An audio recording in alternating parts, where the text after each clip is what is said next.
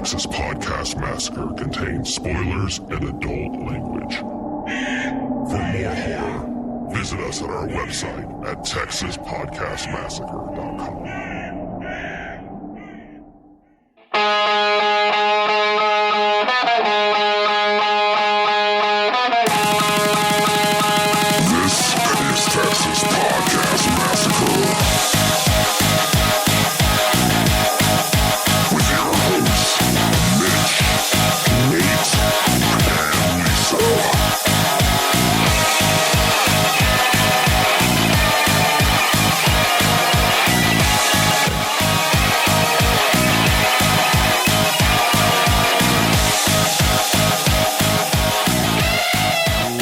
Welcome to another episode of Texas Podcast Massacre, coming to you from Houston, Texas. I'm your host, Mitch, and with me is the alien to my predator, Nate. Rawr. Yeah. No, that's next week. That's next week. You're a week ahead. I can't make Predator Alien. I know that's gonna be a lot more fun. That actually is a lot closer to Predator than it should be. That was the sound from Grudge is a lot closer to Predator than it has any right to be. Right. Hold on. Is there a cinematic universe with Grudge and Predators? Let's hope not. Welcome to another episode of Texas Podcast Massacre, where each week we take a look at a different horror movie and debate a horror-related topic. So our queen of unsuspecting victims, was not able to make it for this one, which is probably for the best because, as we all know, Lisa straight up hates child endangerment. Lisa and Nate are basically the opposite ends of the where do you fall in child endangerment in movies? I actually have a reason for not being against child. I'm against child murder for one reason in this movie, and we'll get to it.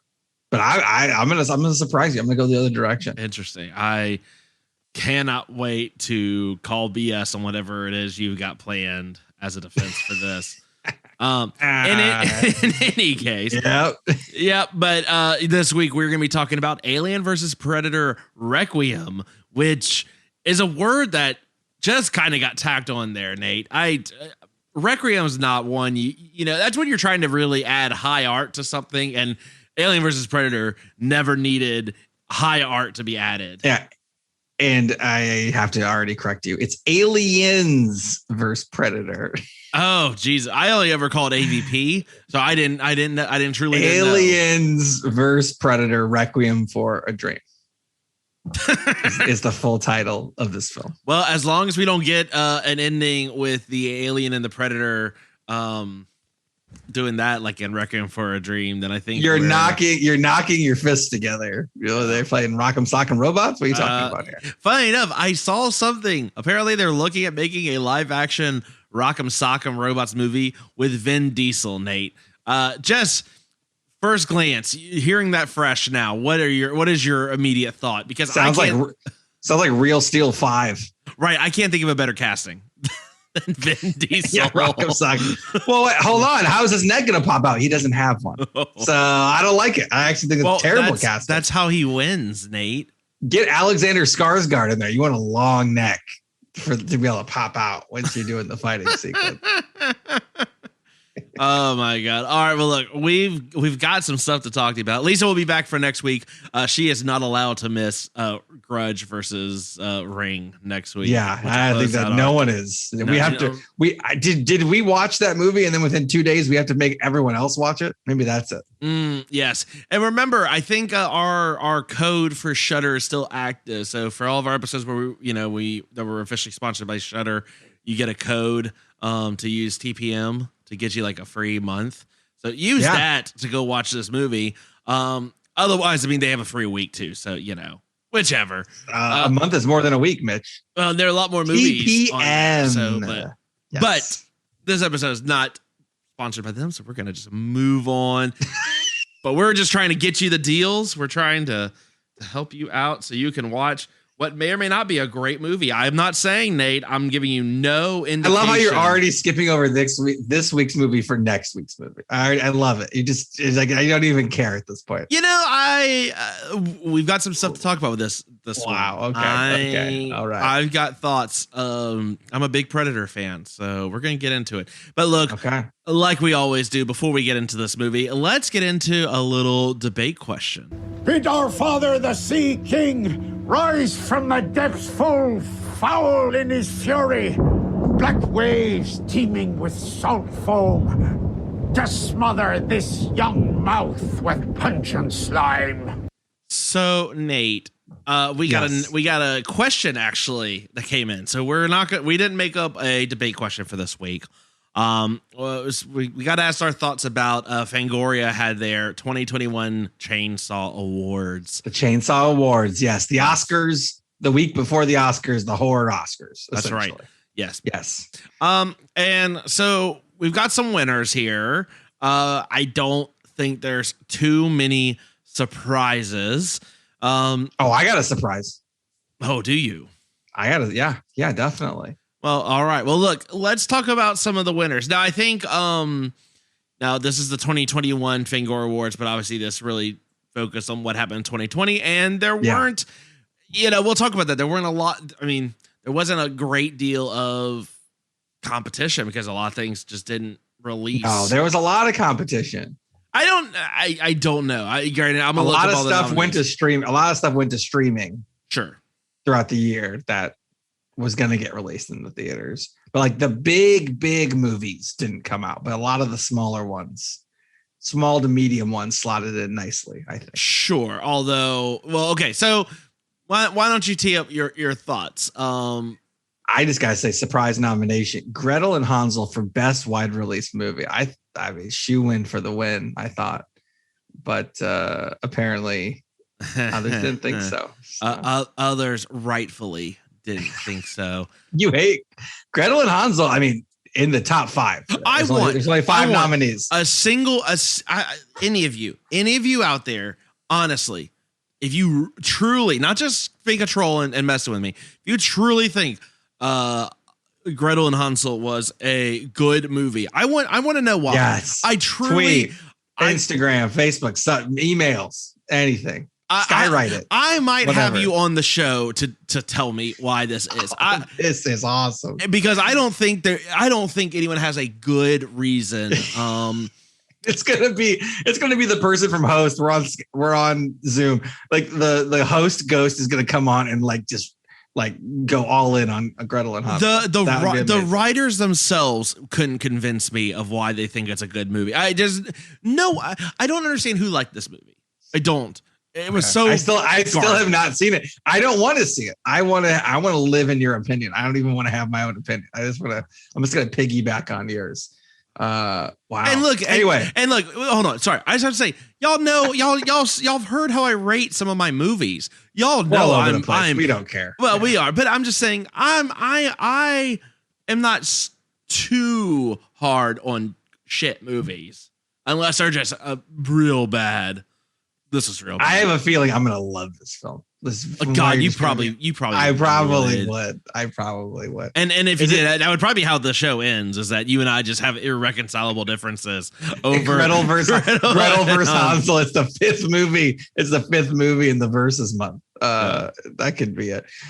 Anyway, the winner of the wide release movie, we had Freaky, Gretel and Hansel, The Hunt, Invisible Man Underwater. Obviously, Invisible Man won for that. It was the last movie we saw in theaters together. And hey, look, I'm really excited. I got to tell everybody, we're going to go see a movie. We're going to go see, we went from Invisible Man. Next one's going to be Mortal Kombat. That's right. We are going to go see a movie. I am psyched. We are vaccinated. We are good to go. Oh. I want to buy overexpensive popcorn and see someone say, get over here, and not be terrified that I'm going to get COVID from them. It's the dream. We're hitting all of the stops. Just someone coughing and sneezing, going, get over here. Yeah, get over here. And they're like, oh no, actually, we are in a lot better place. So very excited about that. So yeah, so the winner of the wide release movie was the last wide release we saw. So there we go. Perfect symmetry there. I do not think Mortal Kombat will be winning the 2022 Chainsaw Award for anything. Hey, we don't know. We don't know. Maybe they're really scary. Best kill could be there if they keep it up with the. That's true. If they stay close to the games, That is true. Okay, well, the next category is best limited release. Now we had Color Out of Space, The Dark and the Wicked, future episode. Color Out of Space, previous episode. Possessor. Mitch, you've not seen Possessor, have you? I have not. Is that one out to stream yet, or? Yes, it's out. It's been out for a while. To stream? No, I mean you have to rent it. But okay. Well, I'll wait. Real good. It's real good. Relic and The Wolf of Snow Hollow. My personal favorite would have been Wolf of Snow Hollow because that movie's spectacular. But the winner was Nick Cage in Color Out of Space, which we saw at Fantastic Fest in 2019. Feels about 5 years ago. Color Out of Space, the winner. What do you think about that, Mitch? You've seen none of the other movies in the list that you have. Okay, well, go through it because I'm trying to find the list of all the nominees. I just have the list of the winners in front of me. Oh no, I actually have. So go through them all again. I'm sorry. Color Out of Space. Yes. Dark and the Wicked. We're gonna do an episode on that in one of our theme months coming up. We got Possessor, which is very good. Relic and The Wolf of Snow Hollow, which is I think spectacular. So. Okay. And I'll be talking about Wolf of Snow Hollow in our review about this movie. I'm not surprised that Color Out of Space won over those. Yeah, that was probably out of all the movies I've seen 4 out of the 5, and Color Out of Space is my least favorite. There we go. But it's got Lovecraft. Everyone jerks off to Lovecraft all the time. Well, it's not even that. It's just it's got Nick Cage. Well, it's got Nick Cage, but it's also, I mean, it was a very well shot, well made film, regardless of what you thought of the overall story itself, the colors and all that. The colors were great. If you like purples and pinks, this is probably the greatest movie of all time for you. That's what I won. It's popular. The next category, best first feature. You got Amulet. You got Come to Daddy with Elijah Wood. Dead Dicks. I did not know that one until I looked it up. Extraordinary, which is a comedy film that I thought was amazingly good. And Sea Fever. Look, Mitch, it's a classic Irish thing. You put a redhead on a boat, bad things happen. So, and the winner of that was Come to Daddy. I have not seen it yet. Elijah Wood has a really creepy mustache. And that was all I knew about the movie. So I will be checking that one out soon. But my pick would have been Extraordinary. It is a hilarious horror comedy about a medium lady who has to fight off an 80s one-hit wonder musician who now turns to the occult to try to get famous and kill somebody. And also that person is Will Forte for some reason. Right. It is great. I thought it was hilarious. My wife did not care for it. So there you go. Oh. But I thought it was great. I highly recommend people checking that one out, but I will be checking out Come to Daddy. Have you seen any of those? I had seen Amulet, Extraordinary, and Sea Fever. No, I hadn't seen any of them. Okay. Well, Amulet, I believe, is streaming on Hulu. Yeah. And I think Sea Fever is also on Hulu as well. So you can check those out. I will. I actually have some time off, so I might. Yeah. I don't know why. I took no time off in 2020. So I'm having to catch up on a bunch of stuff. Yeah, me too. I'm taking off. The next week is the Oscars, and I'm taking off a couple days, and I'll be watching all the Oscars related movies that I missed, which is a good amount of them. I was about to say all of them. I saw a good amount, but okay. I usually try to watch every Best Picture and every Best Actor and Actress nominees. So that could be interesting. Best Streaming Premiere Movie. You got Anything for Jackson. You got The Beach House. Those are both Shudder. You got His House from Netflix. Host on Shudder. The Mortuary Collection on Shudder, and Run from Hulu. The winner of that, I think, was obvious, is Host. Host was the lightning in a bottle streaming specific movie of 2020. I think His House is a better movie, but I can see why Host would win. Did you like Mortuary Collection better than Host? I'm trying to remember. You loved Mortuary Collection. I love Mortuary Collection. It's hard to say I loved one more than the other. They're both so good. I think Host should have won. Host was the rightful winner. I think Mortuary I would have picked like Mortuary Collection over Color Out of Space in the limited release movie, but I know it wasn't nominated for that. Yeah, it was streaming. It came out. That's what, again, a lot of these movies just got, The Lodge was, I don't know why The Lodge wasn't in this category over anything for Jackson. No offense, anything for Jackson, but yeah, I'm not sure. Yeah. But I mean, Host, from a streaming perspective, this was a movie that no one knew about or had any sort of fanfare going in, and then just exploded. Crushed.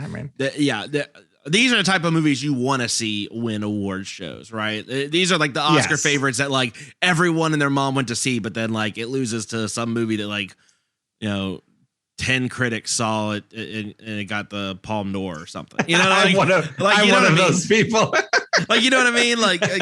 Yeah. So not that everything popular needs to win, but sometimes it's like it's so overwhelmingly there's a reason it's popular.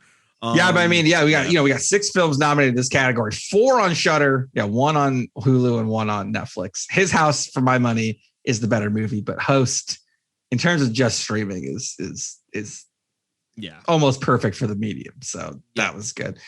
Best international movie, we got Bacurau from Brazil. We got Blood Quantum, I believe that was up in Canada, and Pedagore from Indonesia, La Llorona from El Salvador, and Sputnik from Russia. Wow, I knew that from memory. I saw all these movies. Wow. The winner was La Llorona, which was in my top 10 at the end of the year episode. So it was in Pedagore, actually. I would have voted for Pedagore, but La Llorona is great. La Llorona, I think you would not have liked very much. Yeah, so. I haven't watched that one. I did watch in Pedagore and I really enjoyed it. So yeah, I think you would have. Knowing you, I think you would have liked the Pedagore. Sputnik got a really great creature in it. Okay. Like real good creature. Yeah. The story is okay, but the creature is fantastic. And Blood Quantum is there's a outbreak and people turn into zombies except Native Americans. Okay. Sure. There you go. That's the premise. And then it kind of turns into a Walking Dead situation. Not upset by that. But then the real enemies are the humans, each other. I get it. Yeah. Every zombie. It's Walking Dead. Every zombie thing's that way now. It's like exactly. And then Bacurau is just a crazy movie. It's I liked it quite a bit. It's like this town like just disappears off maps. No. In Brazil, and it's like, wait, what? And then it starts as something and it turns into like a horror film. It's something. I highly recommend that one as well. Yeah. But anyway, the winner, La Llorona, I probably would have went in Pedagore, but either is good for me. Best series, Dracula, the one on Netflix, I think with Stephen Moffat. Okay. The Haunting of Bly Manor with Mike Flanagan. Hellstrom, did not know what that was. Mitch has probably picked Lovecraft Country. And What We Do in the Shadows. I did not watch Lovecraft Country, so I picked. It is so good. I don't understand. I haven't seen the second season of What We Do in the Shadows, so I'm not sure. What We Do in the Shadows seems like it does well. It seems like the second season was good from what I heard and saw people talking about. It was very good. Yeah, I don't know. I'll have to watch it while I'm off. Lovecraft Country was so good. I'm disappointed in a lot of the snubs. They didn't get nominated for any Oscar thing. They didn't get nominated for any. I don't know. It's shocking to me that Lovecraft Country is not doing as well in the award season. All I gotta say is What We Do in the Shadows is Jackie Daytona. It's classic. Once you watch it, you'll get it. You'll get it. I'll get it. Yeah. Anything with Matt Berry has like a 90% chance of winning for me. Doesn't matter what it is, what category, I guess what award. Oh man, what's the show I'm watching? So Kingdom, I guess, wasn't included on that. Maybe they came out too early or something. Look, Kingdom's great. Kingdom's number one. If What We Do in the Shadows is amazing, but Kingdom is spectacular. If you haven't watched Kingdom on Netflix, it's a Korean feudal Korea zombie film. Fantastic. I mean, it's hard for me to binge stuff. Yeah. I was finding excuses to I got a thing for an hour. I need to go just imagine instead of 100 plot lines, Game of Thrones had 2 and the zombies were better. That's it. That's it. And you're in feudal Korea. So, and the hats are incredible. The hat game is 90% of the budget could have been a hat haberdashery. I don't know. They should have been in the maybe they were in the credits. I didn't check. There was a hat specialist or something. All right. What else we got? Best lead performance is about 15 people. So I'm just gonna say Elizabeth Moss won. I mean, I couldn't imagine of all the movies that we've talked about that are in these. I couldn't you couldn't pick one of the people from Host over any of the others. Yeah, Host is an ensemble, and Elizabeth the Moss. Whole movie is ensemble, Elizabeth Moss, I mean, just carries Invisible Man. Some of the highlights in these: Vince Vaughn and Freaky. It's just hilarious. Oh yeah, that was funny. Jim Cummings and Wolf of Snow Hollow. I mean, he wrote, directed, and starred in the movie. He does some great work in this one. And Andrea Riseborough in Possessor is very good acting. Like she's acting like she's losing her mind and crushing it. Yeah. So I always got to give some props for that. Those are the ones that really stick out to me. Best supporting performance, again, huge list, but the winner is Clancy Brown for the Mortuary Collection. Sure. Which I think makes total sense. Will Forte and Extraordinary, as I mentioned, is great. And your boy from previous episode, Puppet Master, the Littlest Reich. We have Udo Kier in Baccarat. So I'm assuming Alex Krieg from Gretel and Hansel probably did not make your list, but no. There we are. Best director, our boy Lee Wanell pulled it out over Remy Weeks from His House. Natalie Erica James from Relic. Relic was good, sad and good. Romola Garai from Amulet. Justin G. Dick for Anything for Jackson, and Brian Bertino, The Dark and the Wicked, who also did the first Strangers movie. So I'm excited to check out that one. We were gonna watch it, and then we decided to wait for an episode later. Yep. And we'll have a guest on that one, so that'll be good. Best screenplay, Lee Wanell takes it again. Lee Wanell, Invisible Man, was the biggest, most profitable horror movie of last year. So it's going to win a lot of awards. Lee Wanell, though, to be fair, directed his ass off. And the director commentary for Invisible Man was great. It is in the Naturian collection. Of course it is. And I highly recommend that as well. Best score, Jim Williams for Possessor. Possessor has some great music and some great practical effects and some great makeup effects, because it also won for Dan Martin Best Makeup Effects as well.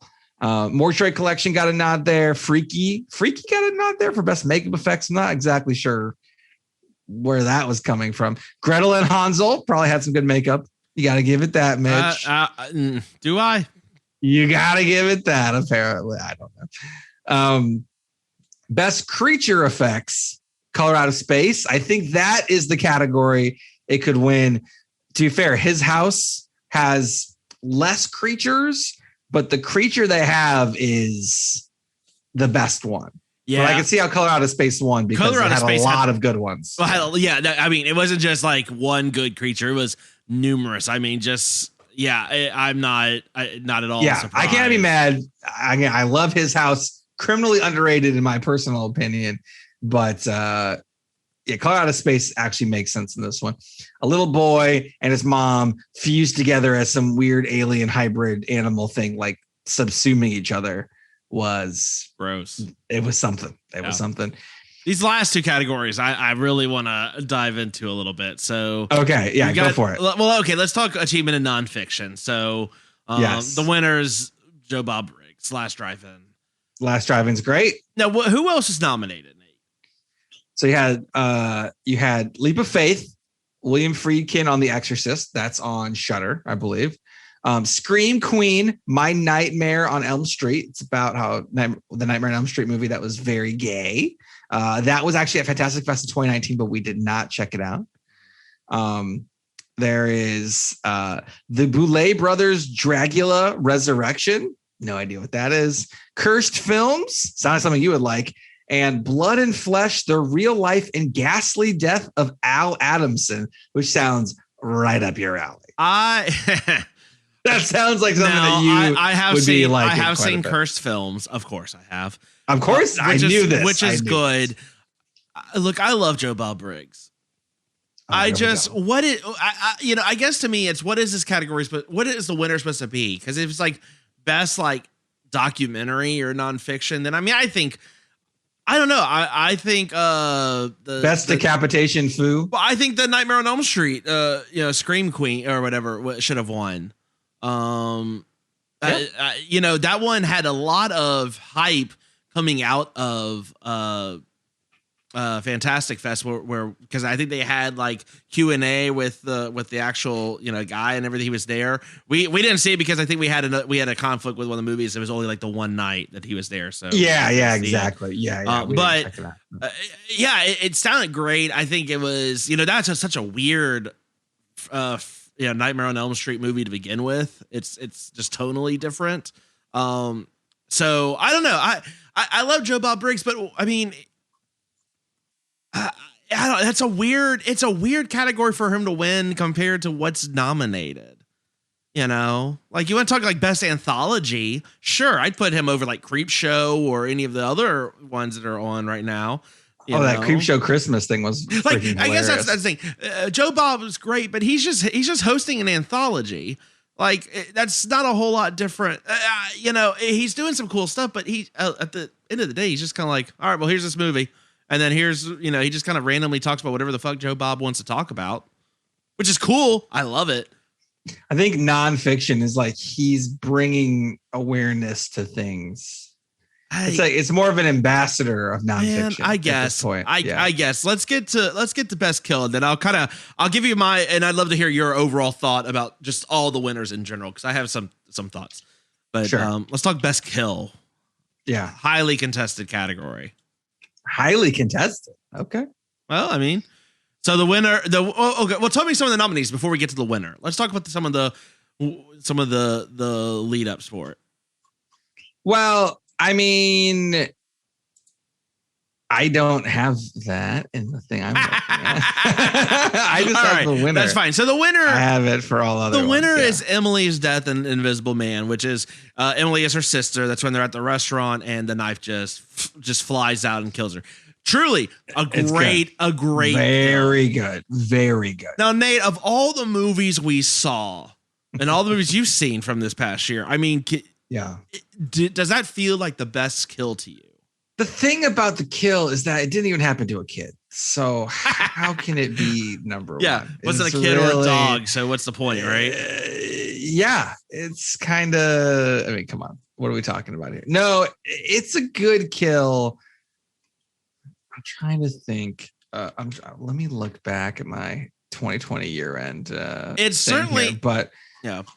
Would you? Okay. So let me ask you this. If you were a judge, if you were giving a vote for best kill, I think Emily's Death is certainly probably the most shocking kill from any of these movies. Yeah. I mean, because people audibly gasped in our theater when it happened. Lisa audibly gasped when we were watching it before we did the review. So, I mean, I think it's the most shocking.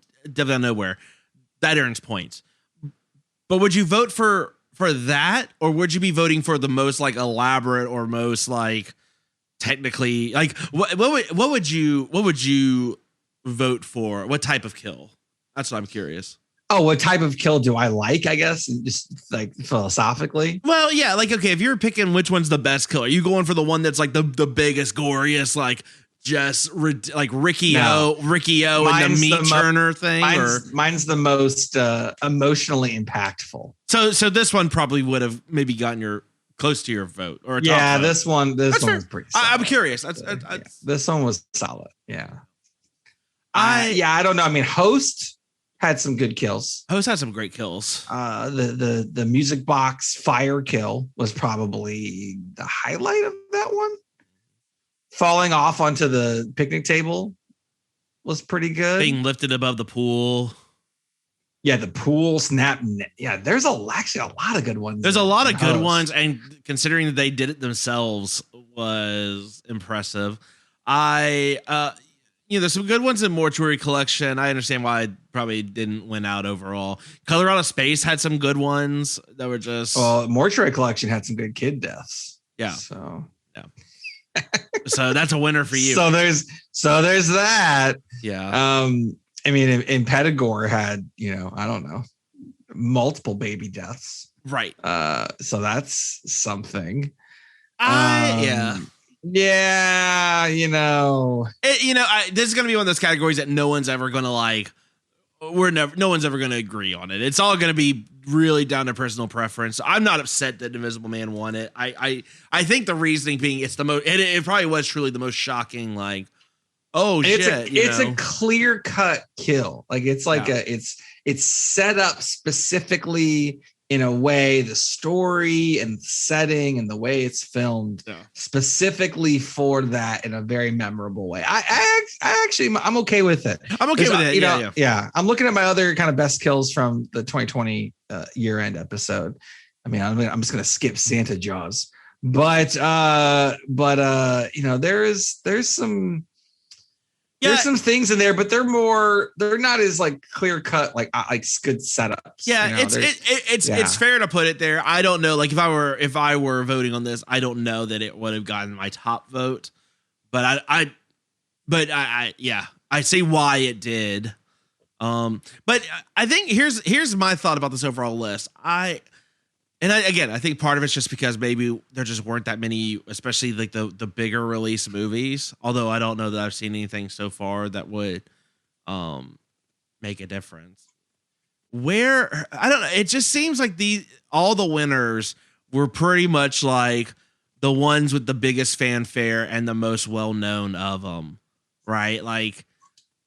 Yeah, Host is probably the only one that, unless you're really into streaming horror.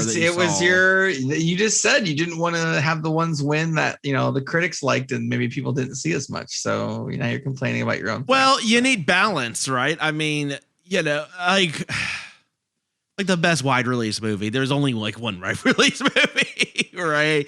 Underwater was surprisingly good. Surprisingly good for me. Kristen Stewart. I don't know.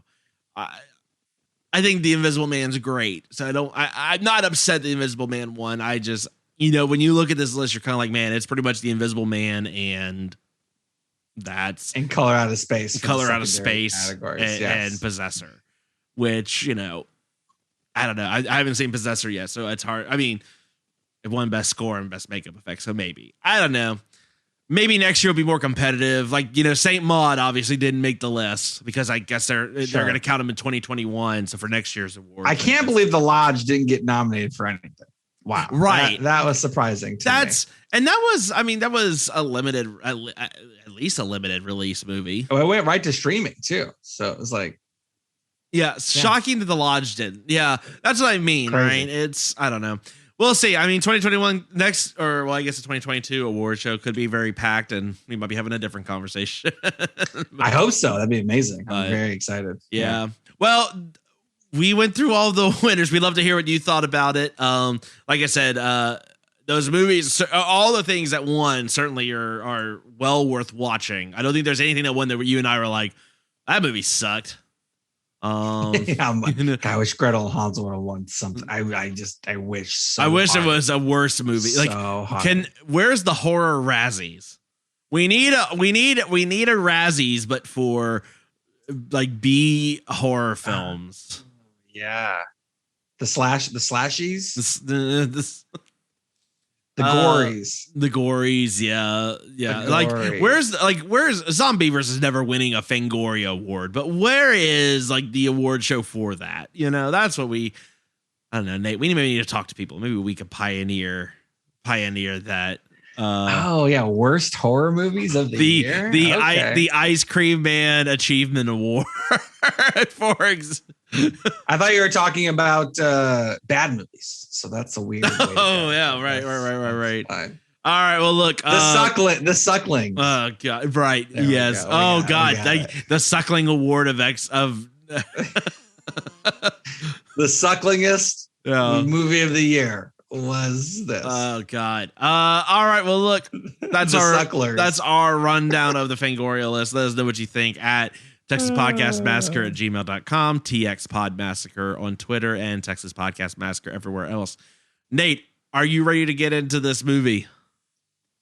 I'm ready. I'm ready to go. This week's movie of the week is Aliens versus Predator Requiem. And I'm not going to play the trailer. What? We're back. Nate, let me tell you about this trailer. This trailer is 2 minutes of just random alien noises. That's next week, Nate. We're you can't do the little click. You know, maybe you could just say, fuck you and like random like tones and octaves. And that's this. Oh man, the trailer. I mean, go look up the trailer, but you need to watch it because it would be terrible audio. Needs a strong word. Actually, don't do that. Just need is a strong word. All right, so look, we as our want and desire, we skipped the very first Alien versus Predator. Maybe it's Aliens. It's AVP. No, it's Alien versus Predator, and then this is Aliens versus Predator. Really dumb. Yeah. So the only thing you need to know from that movie is that one of the predators gets face hugged by an alien and goes into cryosleep. Yeah. Boom. I forgot everything about that movie and I just caught it from the Don't need to know. It was some convoluted plot line of the predators come to Earth to hunt aliens. It's like a hunting reserve or something. Yeah. Like I saw the movie and I remember the 3D camera, kind of like Matrix bullet camera thing with a face hugger jumps. And I asked you, hey, is that the one we're doing? And you're like, no. I'm like, fantastic. Yeah. Great. This one was something can't else. even get that in this one. So this one follows immediately after that. So a Predalien. Which is a xenomorph. That's what it's called. That's not what it's called. That's what it's called, Nate. It is called a Predalien. No, I said PredaMorph. That's better. That's way Predalien. Better. Predalien that's bad. It's a half predator, half alien hybrid because xenomorphs take the shape of somewhat of whatever they bust out of. PredaMorph. Again, it's not, but I wish it was. And heads back to Earth to cause havoc in random town in California, Colorado, but yeah. Sure. Same. I mean, same thing. Why not? It doesn't matter where it is. Yeah. Nate, what can you tell us about Aliens versus Predator Requiem? So this is the last one, and there has been another one. So the name was perfect. This is a Christmas movie. Christmas 2007 wide release on that. What do you say to family members who are like, hey, let's I want to spend my time with you at Christmas watching ho and a bottle of acid blood. Here we go. 94 minutes. You can rent this one. This is not a Nayterian collection, and it never will be. The first Alien versus Predator was PG-13 inexplicably. This one was rated R. They got that part right. So maybe that's one check in the positive column.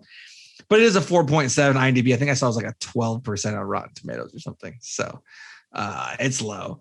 Tagline, though, there's some pretty good taglines, actually. One tagline is, this Christmas, there will be no peace on Earth.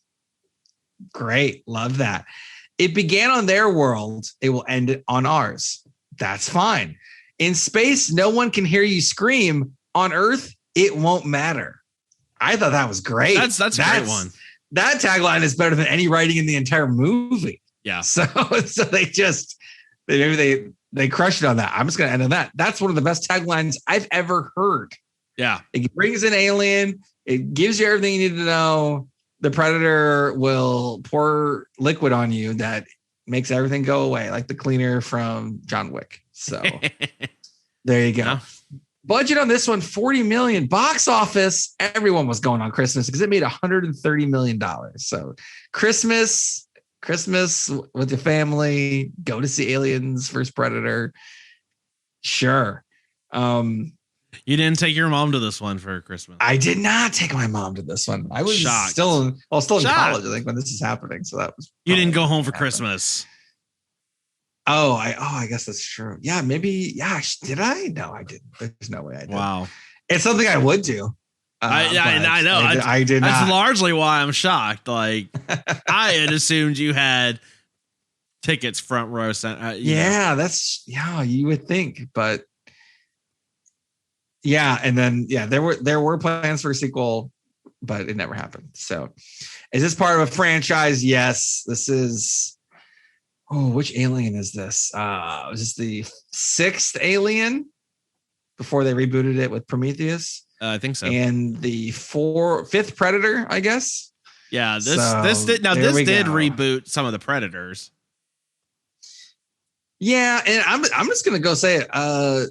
In this, so I guess in the first movie, I was reading that they made the aliens like the better of the people, and in this movie, one Predator kills dozens of xenomorphs. It's not even a contest. Well, it's like not even a it's like a versus in the way that, like, you know, there's all the Agent Smiths against Neo in Matrix Reloaded, but it's not really a verse. It's like there's 40 of you and one of me, so now it's a challenge. Okay. It was nothing. It was not even like I don't want this to come across as I'm defending this movie, but I do want to set some context since we are jumping into like the direct sequel. Sure. And the first one, this is like these predators that are coming to hunt this is like their inauguration type of thing. Like they're about to graduate predator hunting academy. And this is the cleaner who comes in to clean up the exactly. This is the dude that's like, oh yeah, hey, we need you to fix shit's gone sideways. Come fix this. Like he's the guy you call, you know? So yeah. Okay.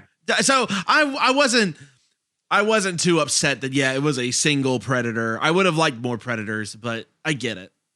Yeah. Well, I mean, this movie did get nominated for worst prequel or sequel and worst excuse for a horror movie in the Golden Raspberry Awards of 2008, but also got nominated for best fight sequence at the MTV Movie Awards. So it's really,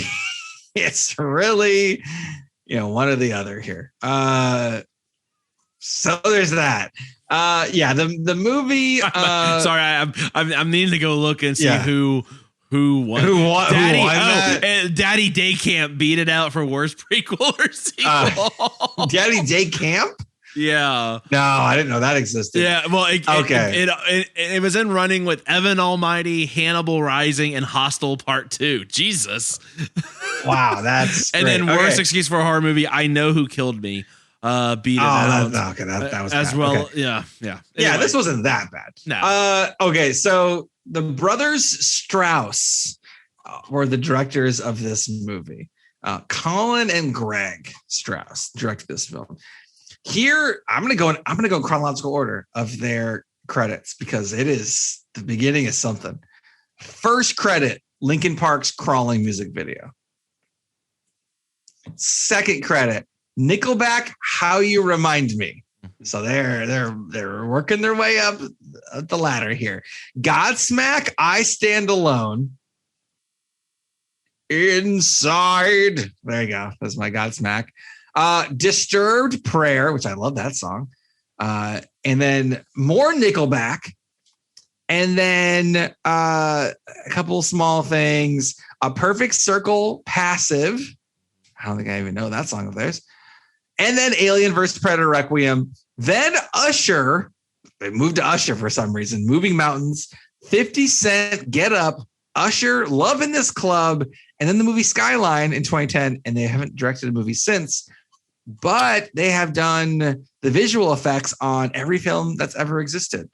Rampage, Geostorm, Death Note, Baywatch, Conjuring 2, X-Men Apocalypse, Hardcore Henry, which is amazing, San Andreas, X-Men Days of Future Past, The Secret Life of Walter Mitty, Looper, Skyfall, Twilight, everything. So they are, I think they found their niche in the visual effects area and certainly not in the directing area, which is fine. I think that probably fits them better, but it was just hilarious to see that they did multiple Nickelback and Usher music videos, plus Linkin Park's Crawling and Disturbed Prayer, which I love. That song's great. So that's something. The actors in this movie exist. So I'm not even going to go into the actors. I did not care. Did you care about anybody? Did you anyone stand out? The only one that stood out was the female love interest, the high school one. I'm blanking on her name in the Jessie. Oh, why did she stand out? Well, because she was on a show Lisa and I actually really liked called Being Human. That was on Sci-Fi. It was a remake of a BBC show. It's about a vampire and a werewolf and a ghost who are all basically roommates in the house. They were just trying to sort of be normal people, even though they were all kind of dealing with being supernatural, creatures. Mm-hmm. But it was a drama. It wasn't, you would think that's a comedy from the setup. It was a drama. Yeah. But it was actually very good. It's like Sci-Fi had was holding the remake, which is she was the werewolf's girlfriend in the show. So she didn't know that he was a girlfriend or a werewolf at the time. Interesting. But she was very good, and I think she's been in some other things that were decent. So she actually, I think, is the only one I knew that came out of this whole franchise fine. Okay. So interesting. Okay. Well, all right. So some trivia for this movie. Let's go real fast. So we could have had your crush Betty Gilpin be one of the leads in this film. And what do you think?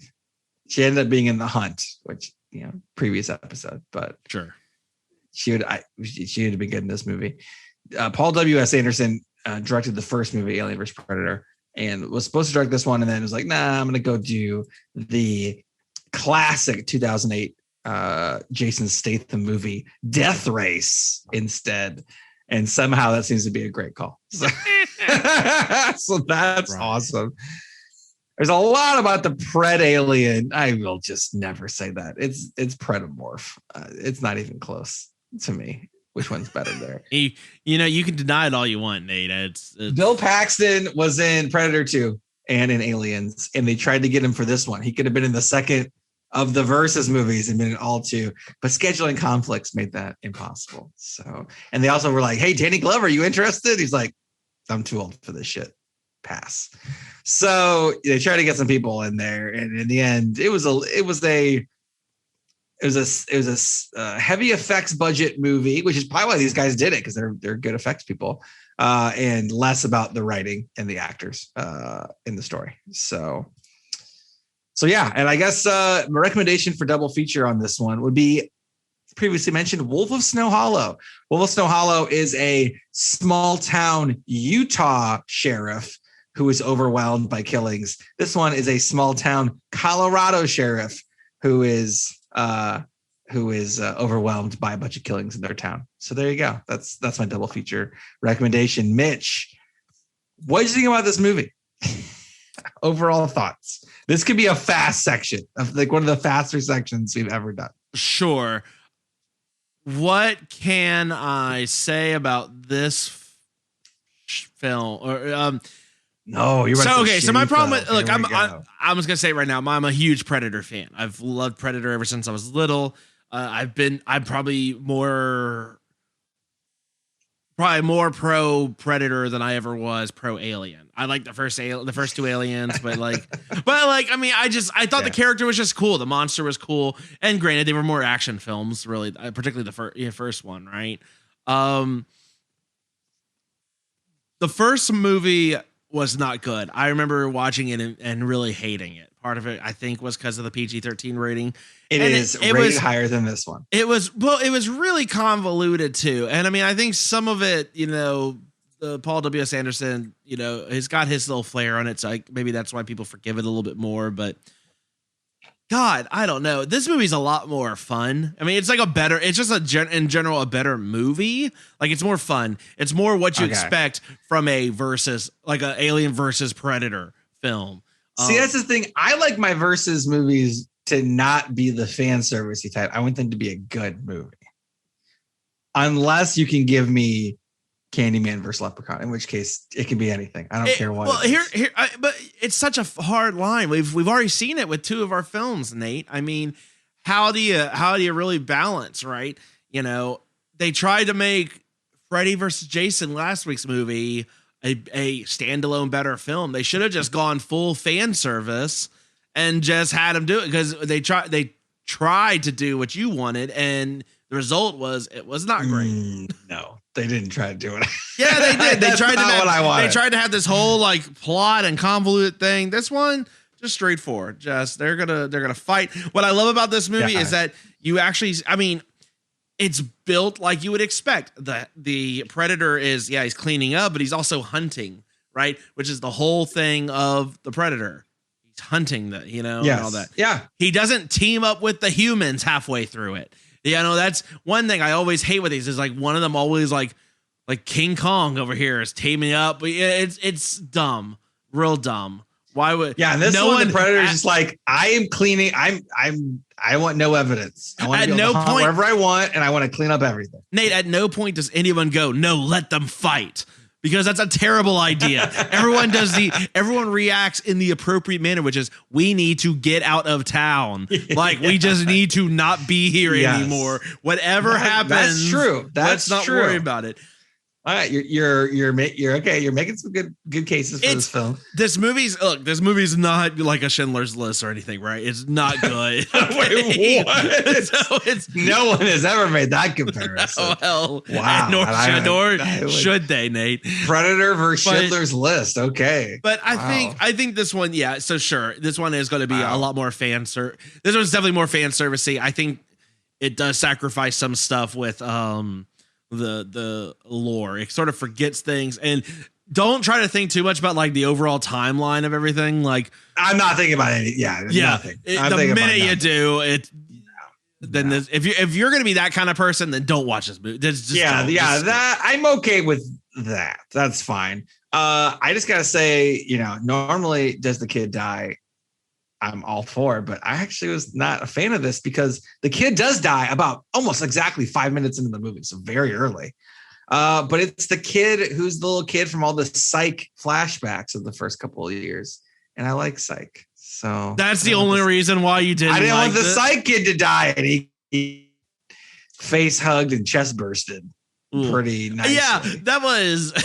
I'm so glad Lisa missed this episode. The first kid is like, just straight gets like killed while Nate, as you have a second kid now, so you're restarting the clock, so to speak, and father son bonding time, and then you're both face hugged to death. Great. Super. Yeah, I'm never taking my kid hunting in Colorado. That's for sure. Cross that off the list right now. And then and then of course everyone who's watched Alien knows what's going to happen.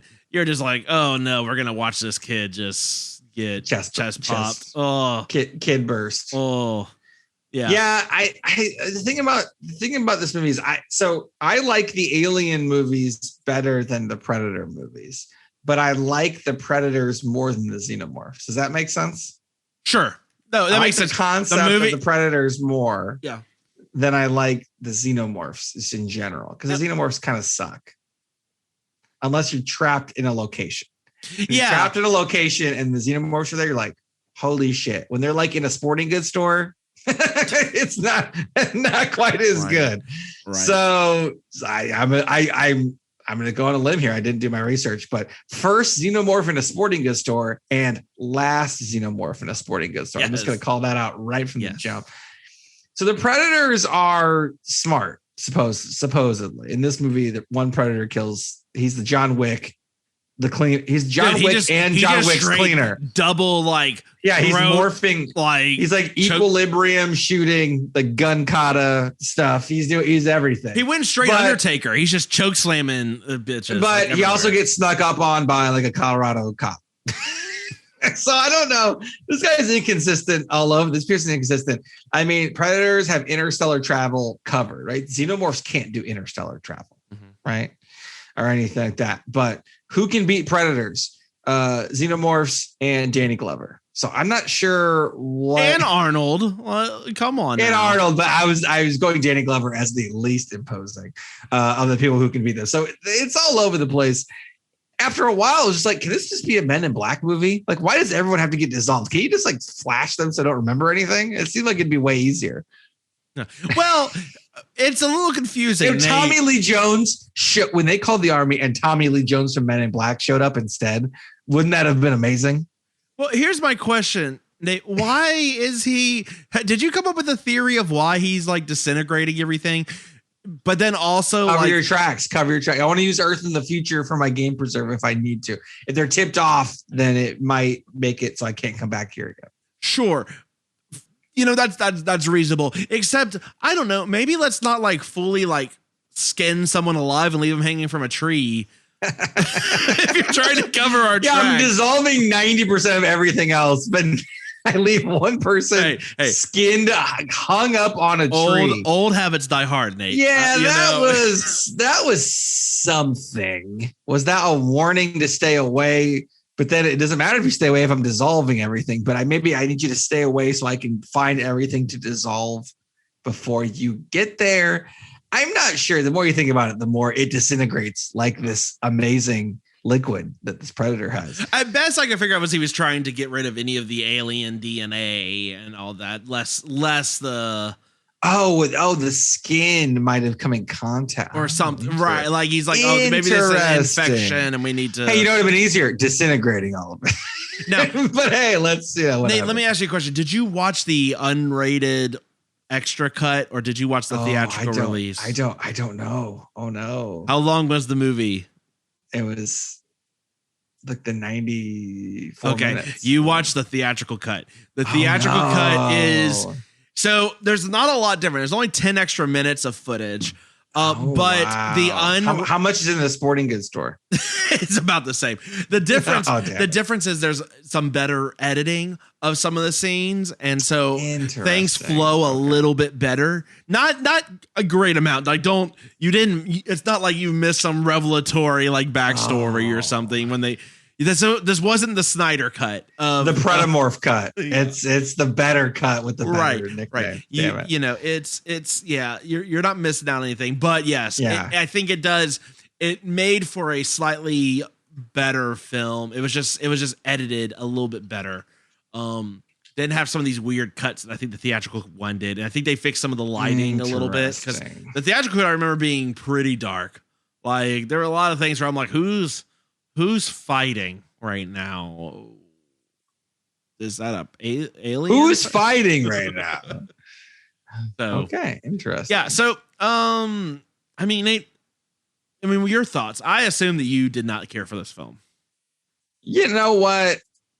It was okay. It was okay. It was fun. It was okay. It was okay. This movie gets right into it. You're not sitting around watching, trying to figure out why parents are lying to their kids about like nightmares or anything. Like there's no convoluted.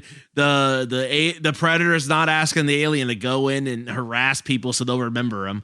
The characters on this are barely fleshed out. It's like one guy has been in prison a bunch, and his younger brother, like way younger brother, you know what, is like also getting beat up as a pizza guy. And then he's got a girlfriend that he wants to have, but she's dating. It's like an 80s teen movie. Like she's dating the beat up the guy jock. But I feel like it's like, okay, I don't care about any of this. Well, that's the thing. I feel like that. Yeah, you shouldn't care because this is effectively just. But one person's from the army, so she can fly a helicopter and drive a Humvee. So they needed that in the story. Yeah. So they got that part of it. I wrote what I did differently pretty early in the movie. Never break into your own school. That is the dumbest thing I've ever heard of in my entire life. hey, who broke into the school to go swimming? It was one of the people at the school. So you've already narrowed down the list of suspects to you. They're high school kids. They're high school kids, man. It's always nothing good can happen from a 10 p.m. date when you're a teenager at the school's pool. I don't care how horny you are. That is ridiculous. Now, come on, guys. Best swimming pool murder scene. This or Beelzebooth is my favorite. Beelzebooth.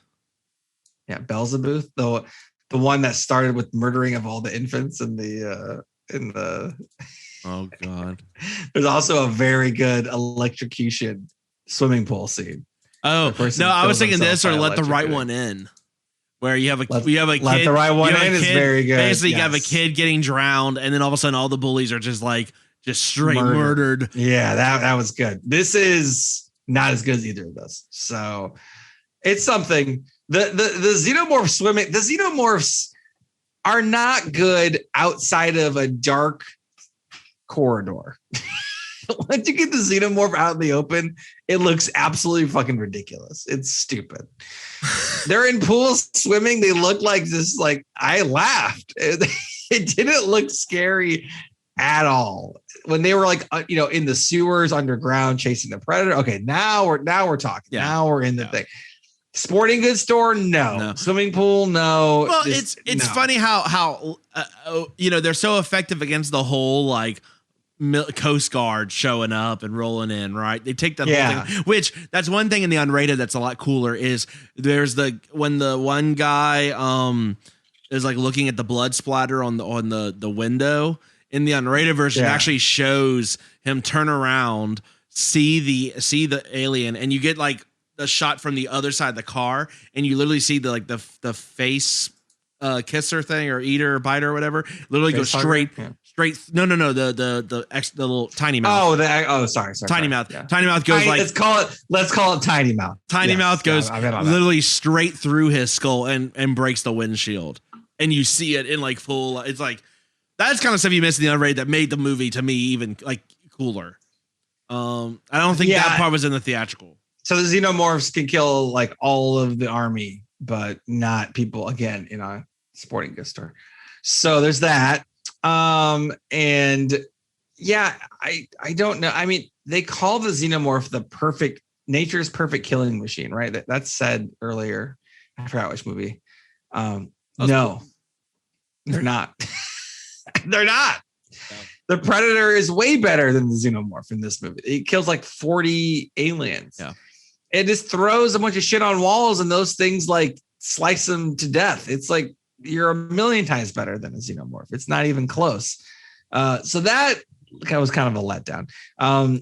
Halloween Halloween, the remake, definitely took the alien walks by all the babies, but then decided it's not worth it scene.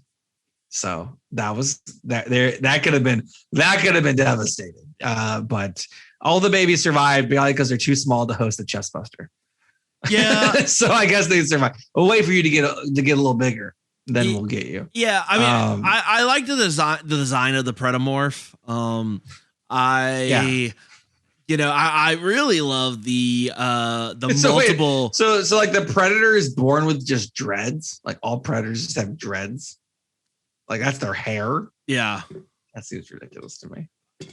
What did you think about the mold? The mold, there's no need for the face hugger now. It's just I'm just gonna just insert all this shit just straight in you. Well, I mean, you're Alien versus Predator, blah blah, whatever. It's kids are dying, pregnant ladies are getting impregnated and dying, so that means fetuses are dying. Yeah, I mean, all the ladies in the maternity ward who are pregnant get double pregnant, but the chest buster kills both of them. And there's a lot of pregnant ladies in that ward. So that's a lot of pregnant lady and fetus murders. Well, that scene where she shows up in the diner and sees the waitress murdered, and you see the three heads just squirming around in her gut and everything. It's damn. They use that R in this one for sure. I wrote, do all the pregnant women die? Yes. Does the fetus die? Yes. Does the terrible boyfriend die? Yes. Acid blood. Does the government lie? Yes. That was just a whole section of the movie. I covered about 20 some minutes. You know, I wrote down this. I can't harp on it enough. Iconic locations in the franchise. You have the Nostromo, right? You have Hadley's Hope. You have the rainforest, right, where they're popping in and out. It's so hard to see them.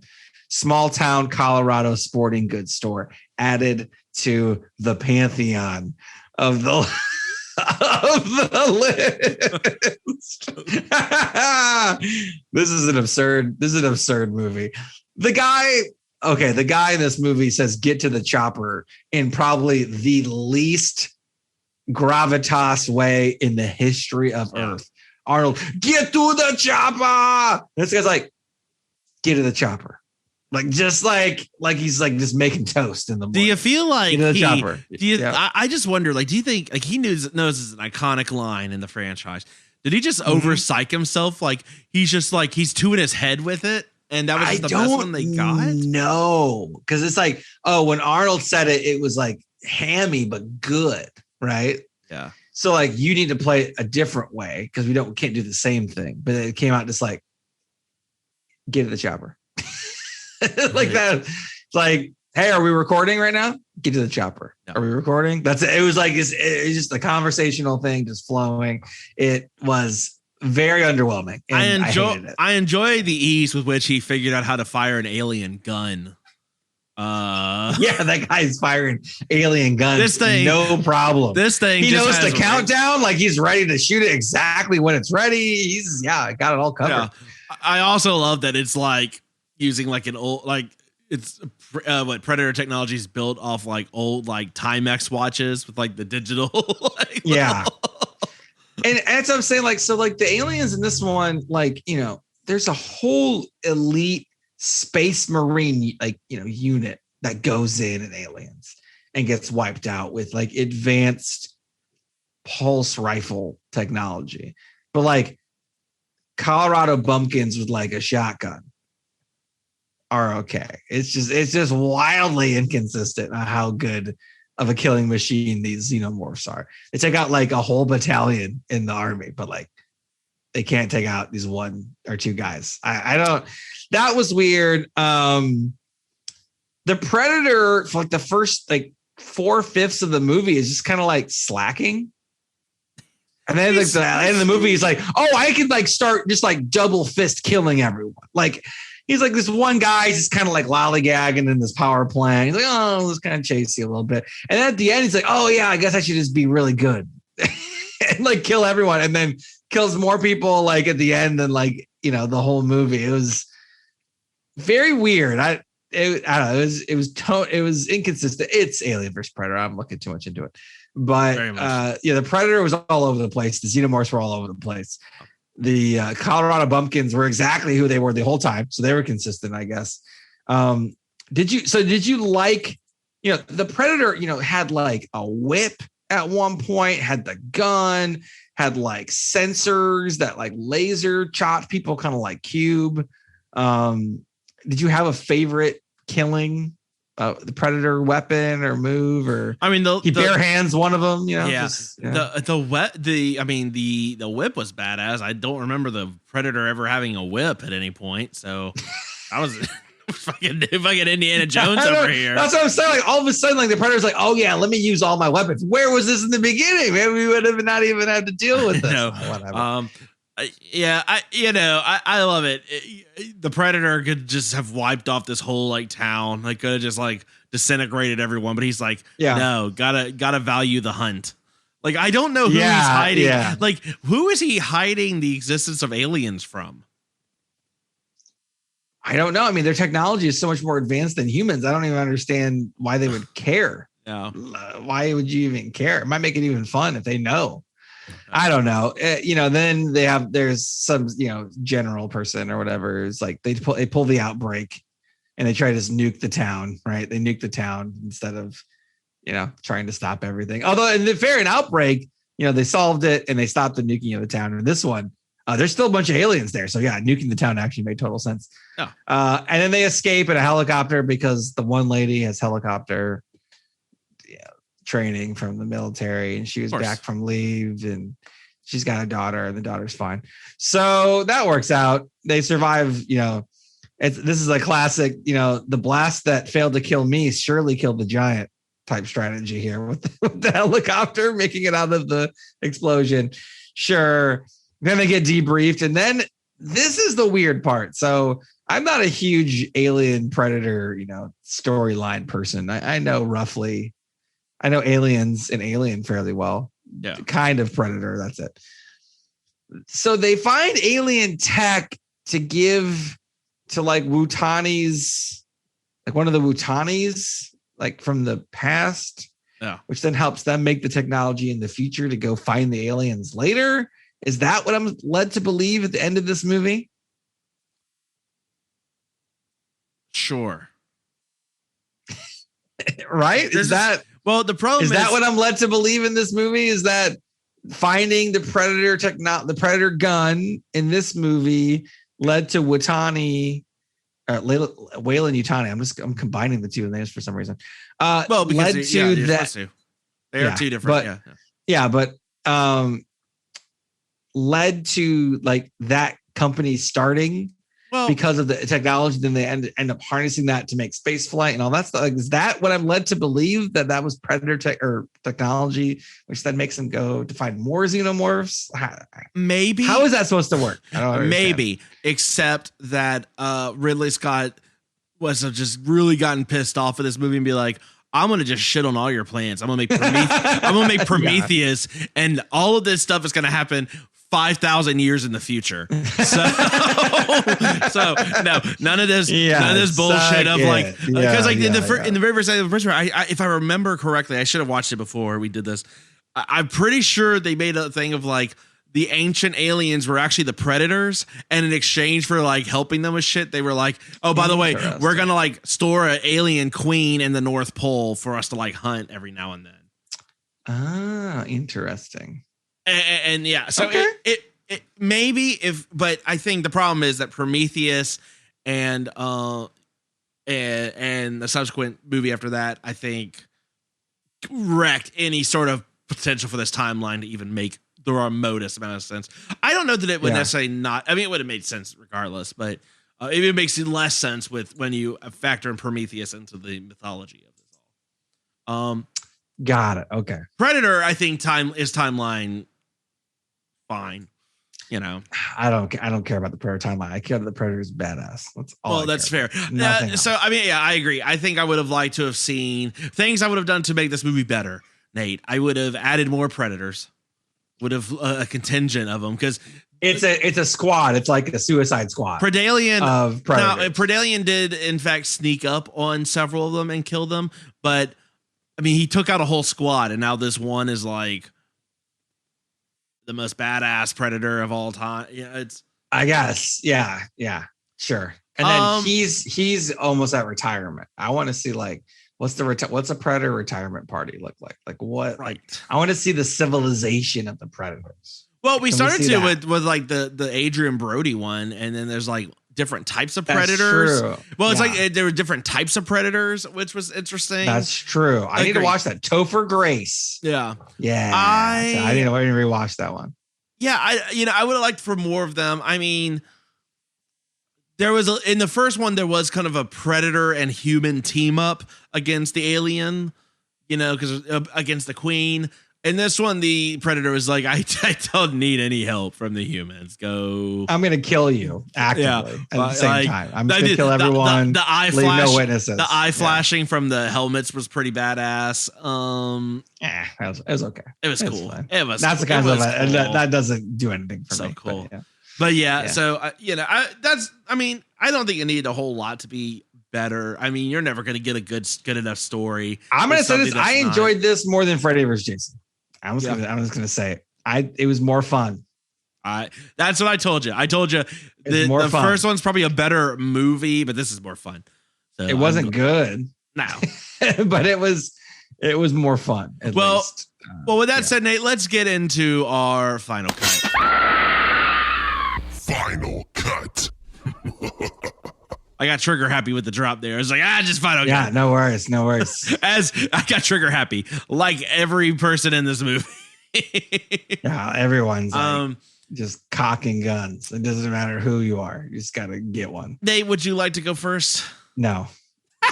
I want to see what you say. Sure. So last week I gave Freddy vs. Jason a 5, and I believe I gave it the highest score of us 3. That's correct. We had a few listeners who were a little bit dismayed by that. And I responded to one of them, and I said, here's the thing.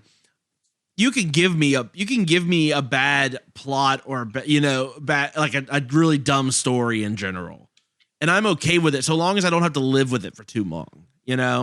Like especially in versus movies, right? Like I get it. You're trying to hamstring some reason why these two things would be in here when it makes no sense.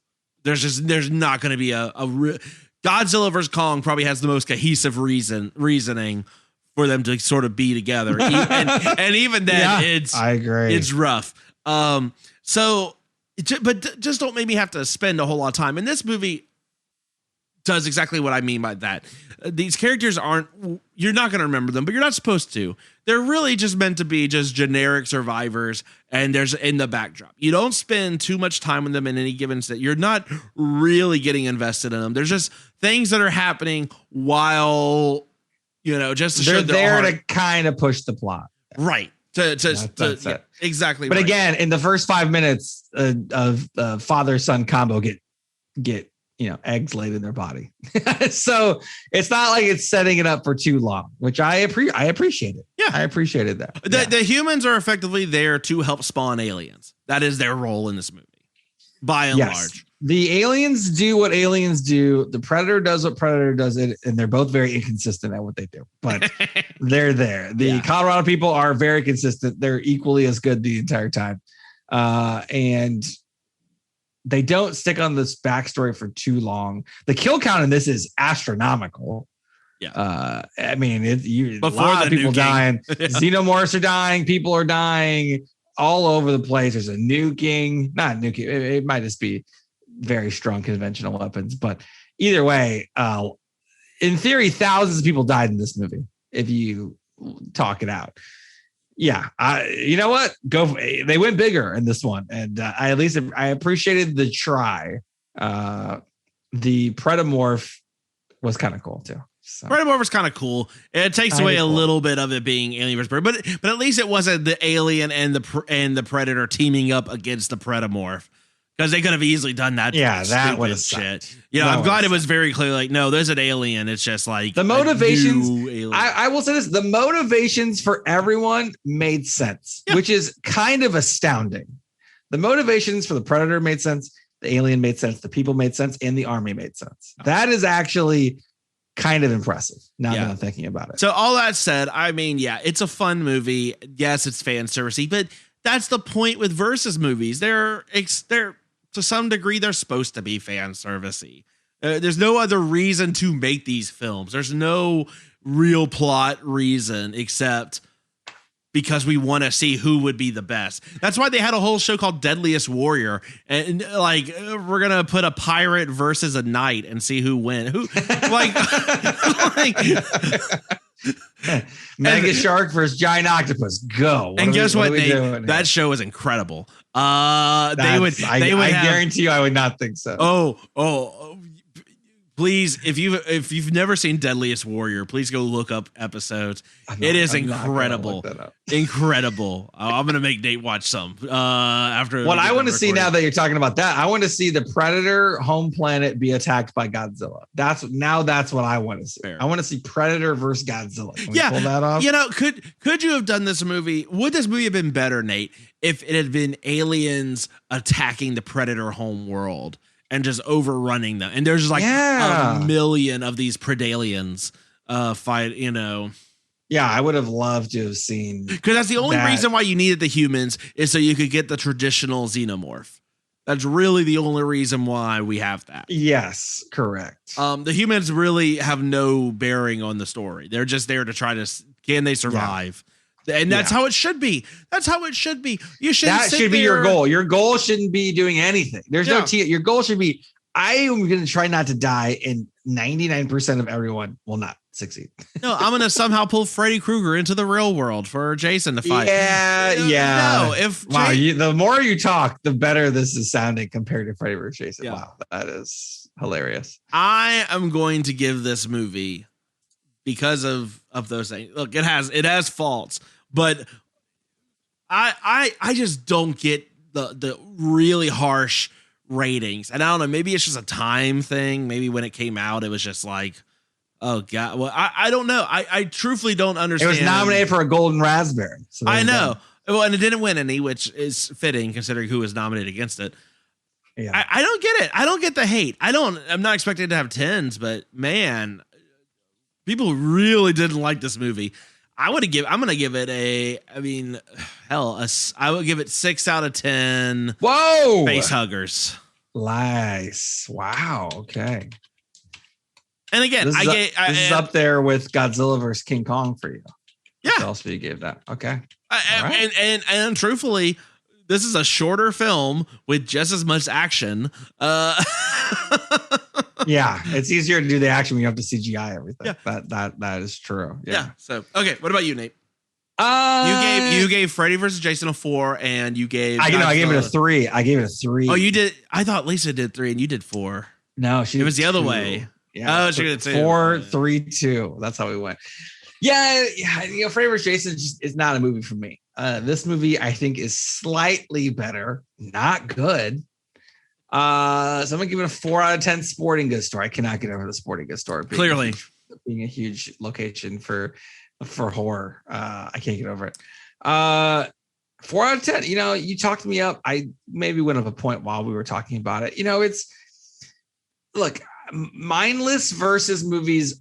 That's what they are. We've done Godzilla versus King Kong, Freddy versus Jason, Aliens versus Predator, and we're gonna do Sadako versus Kayako. None of these movies are going to be amazing. Sadako vs. Kayako has the best chance of being an actual movie, in my personal opinion.